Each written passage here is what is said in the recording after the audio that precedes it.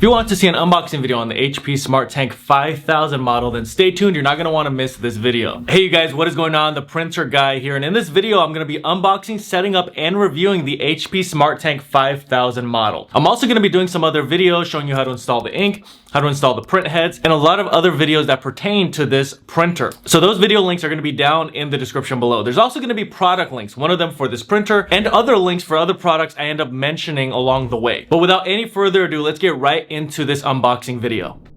Alright, so as we open up the box, there are some items that we're going to receive in the box. The printer itself, of course, some startup ink, a power cable, and some additional things like a printer manual. You will also have the print heads in the box, which you will need to install on the printer before you begin printing. So I'll show you how to do that here briefly in this video. I'm also going to be linking down below to some refill ink. This is third-party ink that we sell here at Best Printers, and this is going to be a high-quality ink that is compatible with the HP Smart Tank 5000 model. Alright, so now at this point we are going to begin the setup. What you really want to do is use this video along with your user manual or your setup guide because that is going to help you really get a good picture of what you need to do. Of course, this video will help. You're going to plug in with your power cable, and that is going to start the process where we will now need to actually install the ink. That is the next step in this process, is the ink installation. If you want a more in-depth video on how to install the ink, then you're going to want to check out the link down in the description below under other videos, because I'm going to be doing a more in-depth video showing you and explaining a little bit more. But essentially all you're doing is you're twisting off the cap on this bottle and you are taking it right side up, and then you are identifying the color of the tank that you need to install it into. You're then going to flip it upside down and push it in all the way until you hear a click. If the ink is not flowing right away, you can move the bottle in an up and down motion. That should allow the ink to start flowing freely.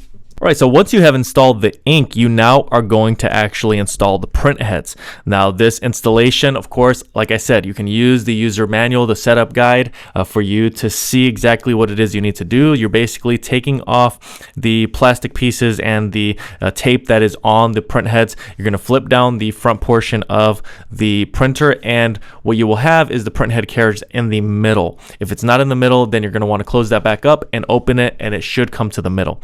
You're going to remove this orange piece. You saw it broke off for me. All you have to do is click this blue tab and it will come right out.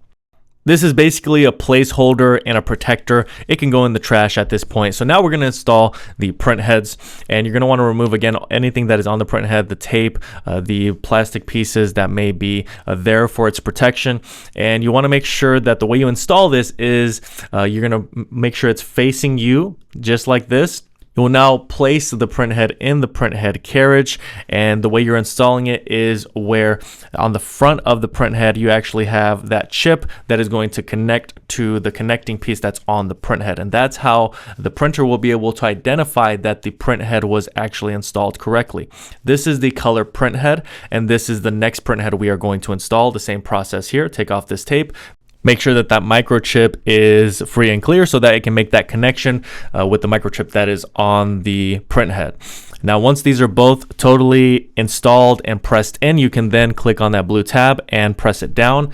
Once you do that, the print heads will be detected, and we can now install our regular plain paper. This is 8.5 by 11 that I'm installing, and this printer only has a back paper tray, so that's where you're going to load all of your media. Now this is the alignment page that I was able to print. Unfortunately, I didn't get it on camera being printed, but what you have to do is basically put this alignment page on the scanner, and you're going to close that up, and you're going to scan one page, or rather copy a page, and have it printed out, and that will show that you have fully aligned the print heads. And once you have that second page printed out from it being copied, you then will be able to verify that the print head is totally calibrated and aligned. The next thing we need to do is download the HP Smart app, and you can do that by scanning the QR code that comes with the user setup guide, or you can simply look it up in your app store. Whether you're using Apple or Android, it doesn't really matter. You're going to have this app available to you.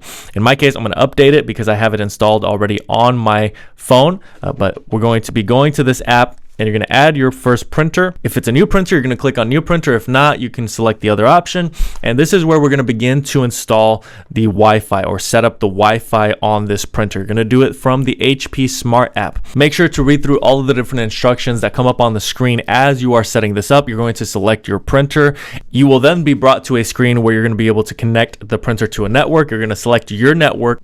Then you're going to input your password. This is the most simple way to connect to Wi-Fi is by using the HP Smart app. Once you get to this point, it will prompt you eventually to click on the information button, and that's just to ensure that your smartphone is actually close enough to your printer to perform this connection.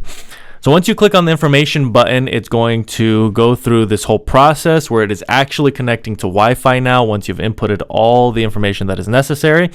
And then finally, you will be connected to Wi-Fi. Once you are connected with Wi-Fi, then you want to finalize the connection with the app. And the app is going to prompt you through some different questions. And then ultimately, you're going to be able to print from the app. And that will indicate that you are actually able to print from the app, photos, regular paper, anything from the app to the printer.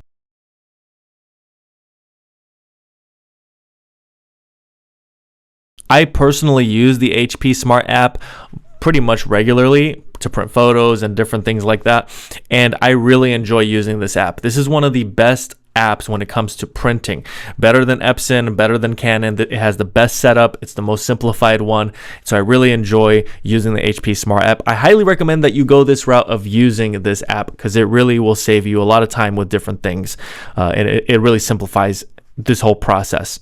Here is the glass scanner. You have up to 8.5 by 11 and then A4, which is a little bit of a sliver above 8.5 by 11. This is the back paper tray that I mentioned earlier. This is the one paper tray you have where you can print photo paper, regular paper. You can make adjustments to whatever size you need between 4x6 and 8.5 by 11, which are, that's the minimum size up to the maximum size.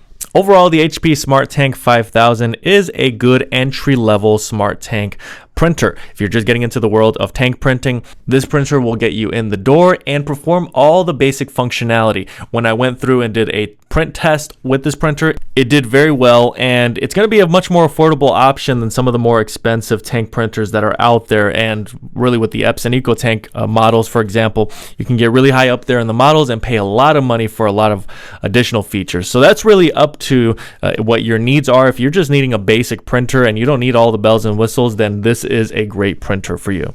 Now, on the other hand, if you were looking for something with a little bit more features, browse my channel, Best Printers, and you will be able to find a lot of different printers that I have reviewed. But if this video was helpful, please make sure to like. Any questions at all, comment below. And if you want more content like this, please make sure to subscribe.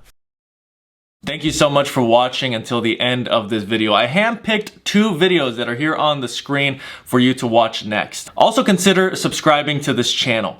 There's so much helpful content for you if you're a printer owner, and it's just good to have a resource like this for you in the future, whether you're dealing with a printer that's not printing well or you need more printer recommendations. So I look forward to seeing you again in another video.